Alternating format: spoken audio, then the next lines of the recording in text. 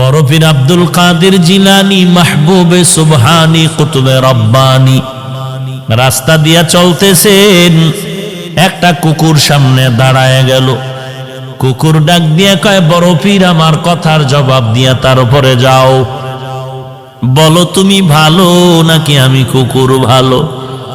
বড় পীর চিন্তায় পড়ে গেলেন, যদি বলি কুকুর তুই ভালো আমি খারাপ, আল্লাহর কোরআনের আয়াতের উল্টা হবে, কারণ বনি আদম হলো শ্রেষ্ঠ। যদি বলি তুই খারাপ আমি ভালো, তো অহংকারী আসিয়া যাবে। আর যদি বলি আমি খারাপ তুই ভালো, তো কোরআনের আয়াতের উল্টা হয়ে যাবে। এখন আমি খারাপও বলতে পারি না, ভালো বলতে পারি না। ভালো বললে আমি নিজে ভালো বললে অহংকারী হবে, আমি নিজে খারাপ বললে তুই কুকুর ভালো বললে কোরআনের আয়াতের উল্টা হবে। আল্লাহর ওলি বান্দা মোরাকাবায় ঢুকলেন, আল্লাহ জবাব দিয়া দিলেন। এই জবাব পাইয়া ডাক দিয়া কয়, কুকুর কবরে যাওয়ার আগে আমি তোকে বলতে পারবো না আমি ভালো নাকি আমি খারাপ, কারণ আমাকে সবাই বড় পীর বলে ডাক দেয়, কিন্তু মরণের পরে আমার সামনে কিছু যাবে না। আমার 3টা পাতলা কাপড় আমার আসল বিছানা হবে। ওই অন্ধকার কবর 3.5 হাত মাটির ঘর হবে। ওই কবরে যাওয়ার পরে সাথী নাই, বাতি নাই। আল্লাহ পাকের 2 জন ফেরেশতা প্রশ্ন করার জন্য আসবে। আসার পরে 1 নাম্বার প্রশ্ন, রবের পরিচয় দাও। 2 নাম্বার প্রশ্ন হবে তুমি ধর্মের পরিচয় দাও। 3 নাম্বার প্রশ্ন হবে তুমি রহমাতুল লিল আলামিনের পরিচয় দাও। যদি আল্লাহর শুকর জবাব দিতে পারি, তাহলে আমি তখন তোমাকে বলতে পারবো আমি আব্দুল কাদের জিলানী ভালো, তুই কুকুর বড় খারাপ। আর যদি ওই প্রশ্নের জবাব দিতে না পারি, তখন আমার কবর হয়ে যাবে জাহান্নামের আগুন। 1টা নয়, 2টা নয়, 70 থেকে 99টা সাপ কবর ভরে যাবে। 2 পার্শ্বের মাটির চাপ। তখন আমি জবাব দিয়া বলতে পারবো, কুকুর তুই ভালো, আমি মানুষেও ভালো হতে পারলাম না, কারণ আমার কবরের মধ্যে আগুন জ্বলে, আমার আযাব হচ্ছে, তোর কোনো আযাব নাই। আমি কবরে যাওয়ার আগে তোকে জবাব দিতে। জিলানী ডাক দিয়া কয়, ও দুনিয়ার মানুষ, মরণের আগে কবরে গিয়া নাজাত না পাওয়ার আগ পর্যন্ত নিজেকে ভালো মনে করার উপায় নাই। আমারে মাওলানা না বললে মনে কষ্ট পাই, আমারে আন্তর্জাতিক মুফাসসির না বললে কষ্ট পাই, আমাকে হাজী সাহেব না বললে কষ্ট পাই, আমাকে খতিব সাহেব না বললে বড় কষ্ট পাই। আমি প্রিন্সিপাল, আমি মুফতি সাহেব, আমি মুহাদ্দিস, এটা দাবি করে কত গর্ববোধ করি, কত অহংকার। কিন্তু কবরে গিয়া যদি নাজাত না পাই, আমার মাওলানাগিরি মুফতিগিরি টাইটেলে আমার কোনো কাজ আসবে না। আর আমার টাইটেল লাগবে না যদি কবরে গিয়া আমলের কারণে আল্লাহ মাফ করে দেয়। আমি মাওলানা হওয়ারও দরকার নাই, মুফাসসির মুহাদ্দিস হওয়ারও দরকার নাই। আমার মতো ভালো জমিনে দুনিয়ায় আর কেউ হতে পারবে না। এরে নবীর উম্মতের দল, দিল্লি শাহী জামে মসজিদের মধ্যে খতিব হলেন শাহ ওলিউল্লাহ মুহাদ্দিসে দেহলভী রহমাতুল্লাহ আলাই। জুমার নামাজের খুতবায় যখন দাঁড়ায়, রুমাল দিয়া চেহারাটা ঢাকিয়া দাঁড়ায়। একজন দাঁড়ায় বলে, হযরত আপনি চেহারা ঢাকিয়া খুতবা পড়েন, কারণটা কি? আল্লাহর ওলি বলে, বাবা আগামী জুমায় তুমি জবাব নিতে আসবা। আগামী জুমায় যখন আসলো, বলে আমার কাছে দাঁড়াও। আল্লাহর ওলি শাহ ওলিউল্লাহ মুহাদ্দিস তার রুমালটা ওই প্রশ্নকারীর মাথায় দিলেন। প্রশ্নকারী একটা চিৎকার দিয়া বেহুশ হয়ে জমিনে পড়ে গেল। হুশে আসার পরে বলে, বাবা রুমালটা মাথায় দেওয়ার কারণে তুমি চিৎকার দিলা কেন? ওই লোকটা বলে, আল্লাহর কসম, আপনার রুমাল আমার মাথায় দেওয়ার পর দিল্লির বিশাল শহরে তাকায়া দেখলাম লক্ষ লক্ষ মানুষের মধ্যে কোনো মানুষ নাই। মাঝে মাঝে 2-1টা মানুষ দেখা যায়, আর বেশিরভাগ দেখা যায় কুকুর আর বানরের সুরতে। गर्भ सूरत आदमी इंसाबुदे अहमदोबू जहलो हामिक साबुदे आदमीरा आदमीयत लाजिमस्त औदेरा गर्बूना बाशुद ही जमास्त।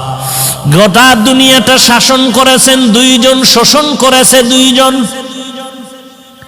একজন শাসনকর্তা সুলাইমান পয়গম্বর, আর একজন শাসন করেছিলেন বাদশা যুলকারনাইন।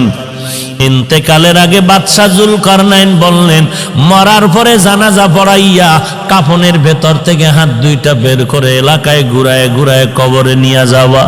যখন জানাজার পরে এমন করা হলো, দুনিয়াওয়ালারা কয়, দেখ দেখ, দুনিয়ার ক্ষমতা পাইয়াও লোভ এখনো সামলাইতে পারে না, মরার পর আরো চায় আরো চায়।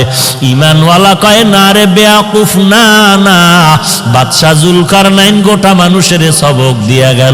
আমি দুনিয়ার পুরা ক্ষমতা পাইয়াও আজ খালি হাতে কবরে যাইতেছি। এরে নবীর উম্মতের দল, কিসের মাস্তানি আর কিসের বাহাদুরি করো?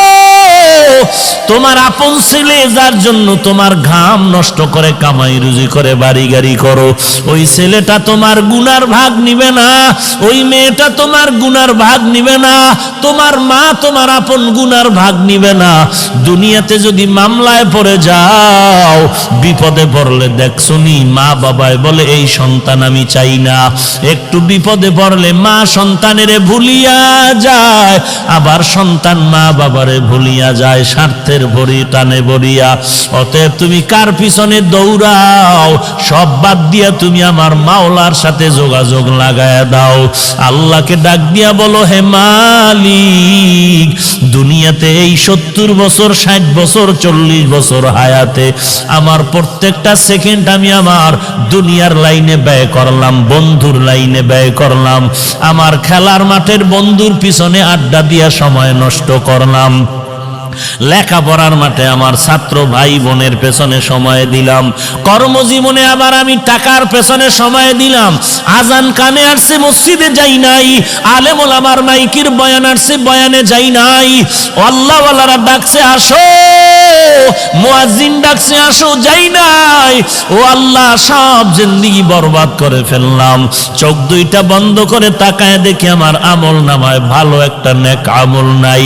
ওরে বান্দা, আল্লাহ যদি জিজ্ঞাসা করে এমন একটা ওসিলা পেশ করো। আইয়ুব নবী এত বিছানায় অসুস্থ, সবাই পোকা পড়ার কারণে দুর্গন্ধে এলাকা ছাড়িয়া সবাই চলে যায়। আইয়ুব নবী এখন কাঁদতেছে, আল্লাহ সবাই আমারে ছাড়িয়া যায়, তুমি আমারে ছাড়িয়া দিও না রে আল্লাহ। এই কান্নার মধ্যে তাকায় দেখে অনেক বিবি তার ছিল, কয়েকজন বিবি আইসা বলে আমাদের তালাক দেন, আমরাও চলে যাব। আইয়ুব নবী কান্না করে বলে, বিবিরা যাও যাও, আমার জন্য আমার আল্লাহ হলেন যথেষ্ট। এইবার আইয়ুব নবী ভাঙ্গা দিল নিয়ে কান্না করে বলে, ও মালিক, আমার আদরের আপন বিবিরা পর্যন্ত আমাকে ছাড়িয়া সবাই চলিয়া যাইতেছে, তুমি আমাকে ফালাইয়া দিও না, মেহেরবানি করে তুমি আমাকে কবুল করিয়া নিও। হঠাৎ আইয়ুব নবী তাকায় দেখে পায়ের কিনারায় একমাত্র বিবি রহমা বয়া বয়া কান্না করে। আইয়ুব নবী ইশারা করে বলে, বিবি সবাই গেল, তুমি কেন যাও না? ইউসুফ নবীর কন্যা রহিমা, কিন্তু আসল নাম রহমা, তুমি যাও। বলে, না না, আমাকে যেতে বলবেন না পয়গম্বর। কারণটা কি? বলে, আমি আপনার খেদমতে আমার জীবনটা কাটায় দিতে চাই। কারণ কি? বলে, হাসরের ময়দান তো বড় কঠিন, একটা নেকের টানে মা বাবায় জাহান্নামে যাবে, ছেলে মেয়েরা জান্নাতে যাবে। একটা নেকের ব্যবধানে অনেক সময় ছাত্র জান্নাতে যাবে, ওস্তাদরা জাহান্নামে যাবে। একটা নেকের টানে বক্তা জাহান্নামে যাবে, শ্রোতারা জান্নাতে যাবে।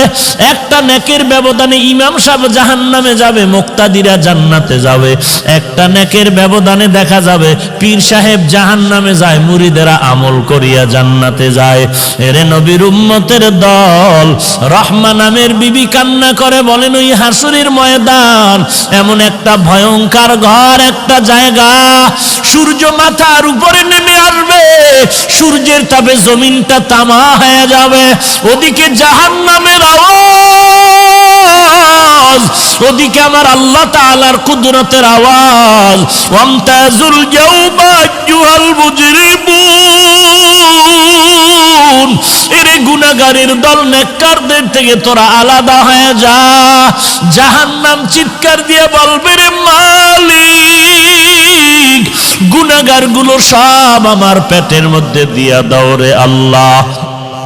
সূর্যের তাপে মানুষের গুনাহগারের মাথার মগজগুলো টাস টাস করে ফেটে যাবে, পায়খানার রাস্তা দিয়া পেটের নাড়ি বুড়িগুলো পড়িয়া যাইবে, এমন কান্নার আওয়াজ, জাহান্নামের আওয়াজে হাসরের ময়দানটা থরথর করে কাঁপা শুরু হয়ে যাবে। ওরে নবীরা পর্যন্ত কান্নার আওয়াজ, শুধুমাত্র তোমার আমার নবী সিজদায় পড়ে কাঁদবেন, আল্লাহ জাহান্নামে ফিরাও, আমার একটা উম্মত যেন জাহান্নামে না যায়, আমার একটা উম্মত জাহান্নামে গেলে আমি নবী জান্নাতে যাব না। আল্লাহ বলবেন, নবী আপনি কাঁদবেন না, আপনি চিনিয়া চিনিয়া বাছাই করে করে আপনার উম্মতের জান্নাতে নেওয়ার চেষ্টা করেন। এরে নবীর উম্মতের দল, আমার নবী উম্মতের কেমনে চিনবেন? আম্মা জান আয়েশা রাদিয়াল্লাহু আনহা বলেন, কোটি কোটি মানুষের মধ্যে উম্মতের চিনবেন কি করে? আল্লাহর নবী বলেন, হে আয়েশা, বড় গাভীর পাল, গরুর পাল, বকরির পাল, ওই বকরির পালের মধ্যে যদি কোনো বকরির কপালে চাঁদের সাদা চিহ্ন থাকে, এটা চিনা কেমন কঠিন? বলে অনেক সহজ। বলে হাসরের কোটি কোটি মানুষের মধ্যে আমার যারা আসল উম্মত, ওযু বানাইয়া 5 বেলার নামাজ পড়বে, আমি নবী তাকায় দেখব ওযুর অঙ্গগুলো তাদের নূরের আলোতে ঝলমল ঝলমল করতে থাকবে। আমি নবী বাছাই করে করে জান্নাতের ময়দানে নিয়ে যাব। রহিমা কান্না করে বলে, পয়গম্বর, হাসরের দিন যদি আল্লাহ আমি রহিমাকে ডাকিয়া বলে, এমন কোন আমল নিয়ে আসছো নাকি যাতে করে তোমাকে মাফ করে দিব? ওই দিন যদি আমার কোনো আমল না পাই, আমি আল্লাহর কাছে দাঁড়ায় বলবো, হে মালিক, আমি একজন তোমার আদরের নবীর স্ত্রী, তুমি আমাকে উসিলায় মাফ করে দাও। আমার আল্লাহ নবীর মোহাব্বতে আমি রহিমাকেও মাফ করে দিতে পারেন। এরে পর্দার আড়ালের মা, আমি হাফিজুর রহমানের মা, মা তুমিও মা, মনটা কি চায় না একজন আলেমের মা হয়ে কবরে যাও, একজন হাফেজে কোরআনের মা হয়ে কবরে যাও। তুমি মরার পরে তোমার সন্তান জানাজা পড়াবে, তুমি মরার পরে তোমার সন্তান কবরে গিয়া কোরআন পড়ে দোয়া করবে। যদি এমনটাই চাও, স্বামীর খেদমত করো, সন্তানের কোরআনওয়ালা বানাও, আল্লাহর মোহাব্বত নিয়ে পর্দা করে চলো, আর আল্লাহর কাছে চোখের পানি ছেড়ে কান্না করো, আল্লাহ এমন সন্তানের মা বাবা বানায় দাও যেই সন্তান আমি মরার পরে জানাজার ইমাম হতে পারে। এরে যুবক, আল্লাহর কাছে তওবা কর, যৌবনের 3 ভাগের 2 ভাগ গুনাহের কাজে ব্যয় করছো, আর কয়দিন বাহাদুরি করবি? এখান থেকে ঘর পর্যন্ত যাওয়ার গ্যারান্টি তোর হাতের মধ্যে নাই। এরে যুবক, আমিও তো তোর মতো একটা যুবক সন্তান, তোর ডানে বামে তাকায়া দেখ, তোর মতো যুবক স্কুল কলেজে পড়ে নামাজ বাদ দেয় না, তুই কেন পারো না? তোর মতো যুবক র্যাব আর্মি পুলিশ বিডিআর চাকরি করে নামাজ বাদ দেয় না, তুমি কেন পারো না? তোমার মতো যুবক তাকায় দেখো, কৃষি কাজ করে, নদীতে কাজ করে, শ্রমিকের কাজ করে, নামাজ বাদ দেয় না, তুমি কেন পারো না? কয়দিন আর গুনার কাজ করবি রে বাবা? জাহান্নামের আগুন কি সহ্য করতে পারবি? আল্লাহর কোরআনটা কি তুই কি মিথ্যা মনে করেছো? নবীর হাদিস কি মিথ্যা মনে করেছ? আল্লাহর কোরআনের আওয়াজ এক জাররা পরিমাণ গুনাহ নিয়ে যদি কবরে যাও, ওই কবরের দুই পার্শ্বের মাটির চাপ পাজরের হাড় চুরমার হয়ে যাবে, সহ্য করতে পারবি না রে আল্লাহর বান্দা। তওবা কর, আল্লাহর কাছে কান্না কর, ও আল্লাহ জীবনে আর কোনোদিন নামাজ ছাড়ব না, বেপরদায় চলব না, আর কোনোদিন মা বাবার সাথে বেয়াদবি করব না, আলেম ওলামাদের সাথে বেয়াদবি করব না, আর কোনোদিন দেশের বিরুদ্ধে জাতির বিরুদ্ধে ষড়যন্ত্র করব না, সহিভাবে কোরআন পড়ে নামাজ পড়ব, নবীর তরিকায় চলব।